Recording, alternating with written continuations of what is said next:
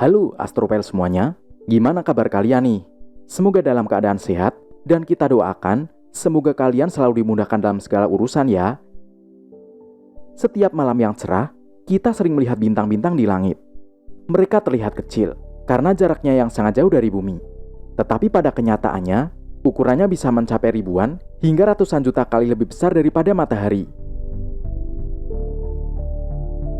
Pernahkah terbayang di pikiran kalian bagaimana jadinya kalau bintang-bintang raksasa ini meledak?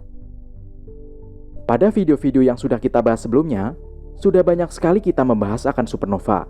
Namun, mungkin banyak dari kamu yang sebenarnya belum memahami apa itu supernova. Di video kali ini, kita akan belajar sebenarnya apa sih supernova itu dan kenapa bintang bisa meledak. Penasaran? Langsung gas videonya aja yuk.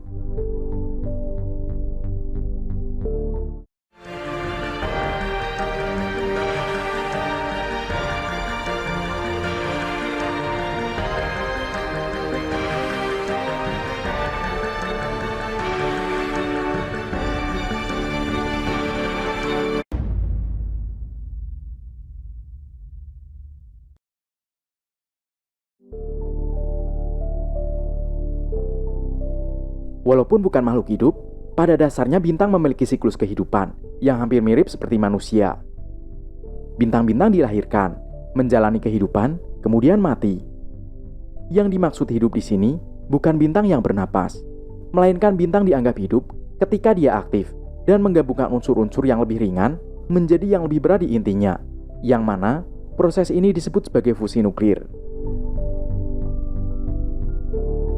Fusi nuklir adalah proses yang menciptakan energi pada bintang, yang mana keluaran energinya adalah panas. Itulah mengapa bintang bisa menyala panas bagaikan api di ruang angkasa. Padahal, di sana tidak ada oksigen. Untuk dapat menyala, bintang tidak perlu oksigen sama sekali.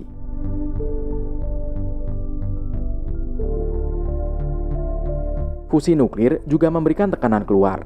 Nah, tekanan keluar inilah yang menahan bintang untuk bisa melawan gaya gravitasinya sendiri yang sangat besar, yang selalu mencoba mendorongnya ke dalam, kemudian membuatnya runtuh. Namun, bintang tidak selamanya melakukan fusi nuklir. Pasokan unsur-unsur yang bisa dipadukan dalam proses fusi nuklir jumlahnya terbatas. Dan ketika unsur-unsur ini habis, bintang akan mati. Supernova adalah salah satu jalur kematian bintang. Fase kehidupan bintang dikenal sebagai deret utama. Bintang-bintang yang terdiri dari berbagai ukuran massa di alam semesta menghabiskan sebagian besar hidupnya dengan menggabungkan hidrogen menjadi helium. Ketika semua hidrogen yang ada pada inti bintang deret utama habis, karena semuanya sudah diubah menjadi helium, bintang tersebut akan mulai melakukan fusi helium menjadi unsur yang lebih berat lagi, yaitu karbon.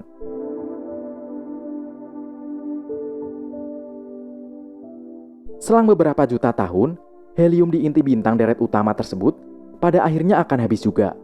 Untuk bisa tetap bertahan hidup, sebuah bintang harus cukup panas untuk mampu menggabungkan karbon yang sudah terbentuk di intinya.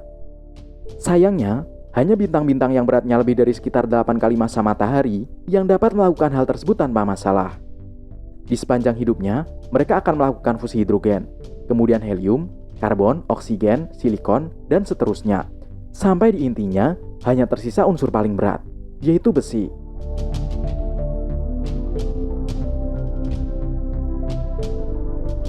Karena merupakan unsur paling berat dalam tabel periodik, besi tidak dapat melepaskan energi saat bintang mencoba menggabungkannya dalam fusi nuklir. Itu berarti, alih-alih menghasilkan tekanan tambahan untuk melawan gravitasinya, bintang pada tahap ini sudah tidak kuat lagi. Dengan kata lain, tidak ada lagi tekanan keluar pada bintang untuk dapat melawan tekanan ke dalam dari gravitasinya sendiri. Kemudian yang terjadi selanjutnya adalah runtuh. Menghilangnya tekanan keluar dari fusi nuklir menyebabkan lapisan terluar bintang-bintang akan runtuh, tertarik gravitasi ke arah intinya. Bintang pun meledak dalam fenomena yang dikenal sebagai supernova. Ledakan ini terjadi dengan sangat-sangat luar biasa cepat. Dibutuhkan waktu sekitar 15 detik untuk sebuah bintang menjadi porak-poranda. Selama proses keruntuhan itu, inti di bagian luar bintang didorong sangat berdekatan. Begitu sangat dekat, sehingga unsur-unsur yang lebih berat daripada besi mulai terbentuk.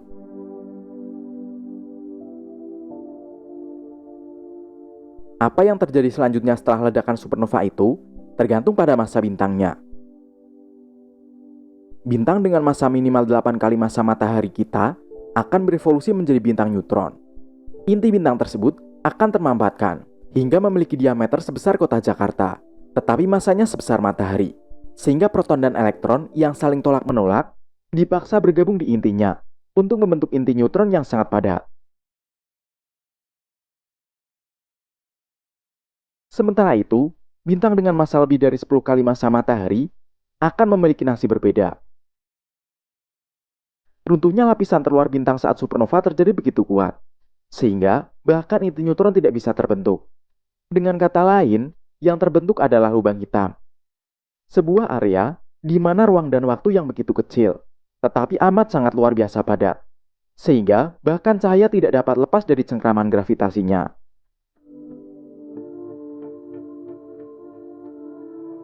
Tapi tunggu dulu, setelah masing-masing jenis bintang ini berevolusi, tahap supernova tidak berhenti sampai di situ saja.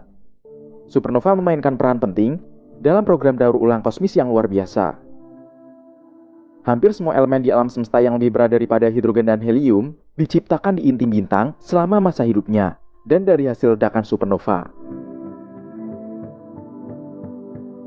Setelah bintang meledak, mereka akan menyisakan nebula yang dikenal sebagai sisa-sisa supernova. Sisa-sisa supernova ini terdiri dari debu dan gas yang berasal dari dalam isi perut bintang yang meledak. Karena mengandung hidrogen yang cukup melimpah, sisa-sisa supernova dapat membentuk generasi bintang baru.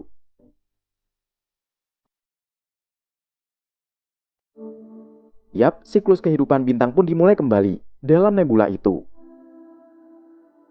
Awan debu dan gas pada nebula dapat runtuh, membentuk protobintang, lalu mulai melakukan fusi hidrogen, sehingga bersinar sebagai bintang sejati.